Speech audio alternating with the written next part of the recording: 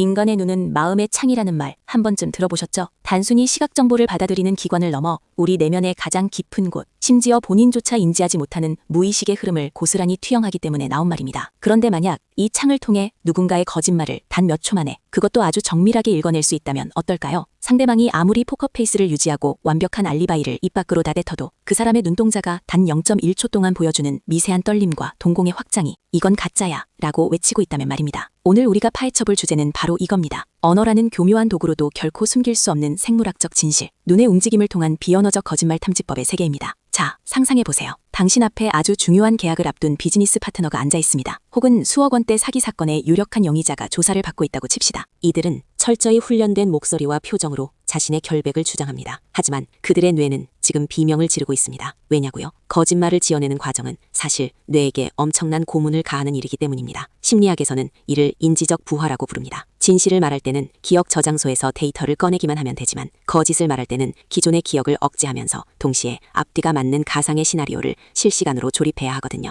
이 복잡한 연산 과정에서 뇌의 과부하가 발생하고, 그 과부하의 신호가 가장 먼저 전달되는 곳이 바로 우리의 눈동자입니다. 가장 먼저 주목해야 할 현상은 바로 세카드라고 불리는 급속 안구 운동입니다. 이건 우리가 의식적으로 조절할 수 있는 영역이 아닙니다. 사람이 거짓말을 하거나 머릿속으로 복잡한 조작을 할 때 안구는 아주 미세하고 빠르게 좌우로 요동치기 시작합니다. 마치 과부하가 걸린 컴퓨터의 하드디스크가 요란한 소리를 내며 돌아가는 것과 비슷하죠. 뇌가 일관성을 유지하기 위해 고군분투하는 그 찰나의 순간, 눈동자는 갈 곳을 잃고 미세하게 떨립니다. 숙련된 수사관이나 정밀한 시선 추적 장비는 바로 이 생물학적 지표를 포착해냅니다. 입으로는 "그날 저는 집에 있었습니다" 라고 말하지만, 눈동자가 왼쪽 위와 오른쪽 아래를 급박하게 오가고 있다면 그건 기억을 더듬는 게 아니라 새로운 소설을 집필하고 있다는 강력한 증거가 됩니다. 여기서 끝일까요? 어림도 없죠. 이제부터가 진짜 본게임입니다. 우리의 동공은 빛의 양뿐만 아니라 감정의 변화와 인지적 노력에 의해서도 크기가 변합니다. 누군가에게 거짓말을 시킨 뒤 아주 구체적인 질문을 던져보세요. 만약 상대방의 뇌가 그 거짓말을 유지하기 위해 풀가동되기 시작하면 자율신경계가 반영하며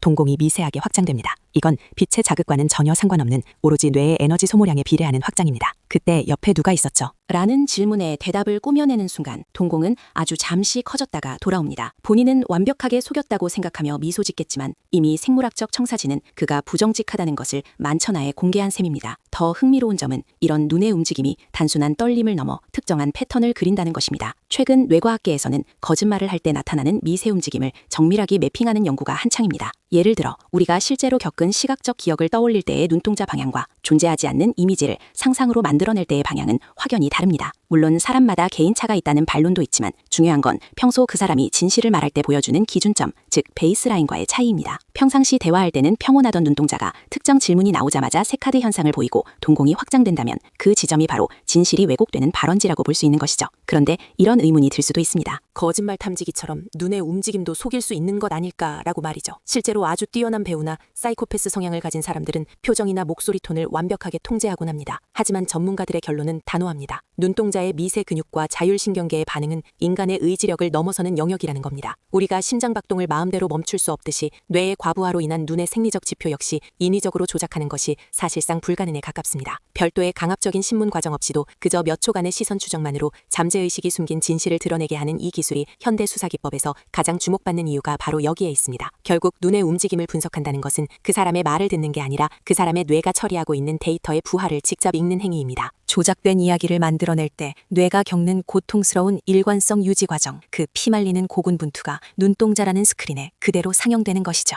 우리가 흔히 눈을 보면 안다고 했던 직관적인 표현들이 사실은 아주 정교한 생물학적 근거를 바탕으로 한 과학이었던 셈입니다. 오늘 이야기를 정리해보자면 이렇습니다. 인간의 언어는 기만을 위해 진화했을지 모르지만 인간의 신체는 여전히 진실을 말하도록 설계되어 있습니다. 특히 눈은 뇌와 가장 가까운 곳에서 숨길 수 없는 생물학적 지표들을 노출시키는 가장 정직한 밀고자입니다. 누군가의 진실이 궁금하신가요? 그렇다면 그 사람의 화려한 미사여구가 아니라 단 1초 동안 그의 눈동자가 어디를 향해 요동치는지, 그리고 그의 동공이 얼마나 간절하게 떨리고 있는지를 가만히 지켜보시길 바랍니다. 진실은 입술이 아니라 이미 그 사람의 눈동자 위에 쓰여 있을 테니까요. 오늘의 탐구가 흥미로우셨다면 다음번에는 누군가와 대화할 때 상대방의 눈을 조금 더 유심히 관찰해보는 건 어떨까요? 물론 너무 뚫어지게 쳐다보면 오해를 살 수도 있으니 주의하시고요. 지금까지 지식 스토리텔러였습니다. 더 깊고 흥미로운 이야기로 다시 돌아오겠습니다. 구독과 좋아요는 다음 진실을 파헤치는 큰 힘이 됩니다. 시청해주셔서 감사합니다.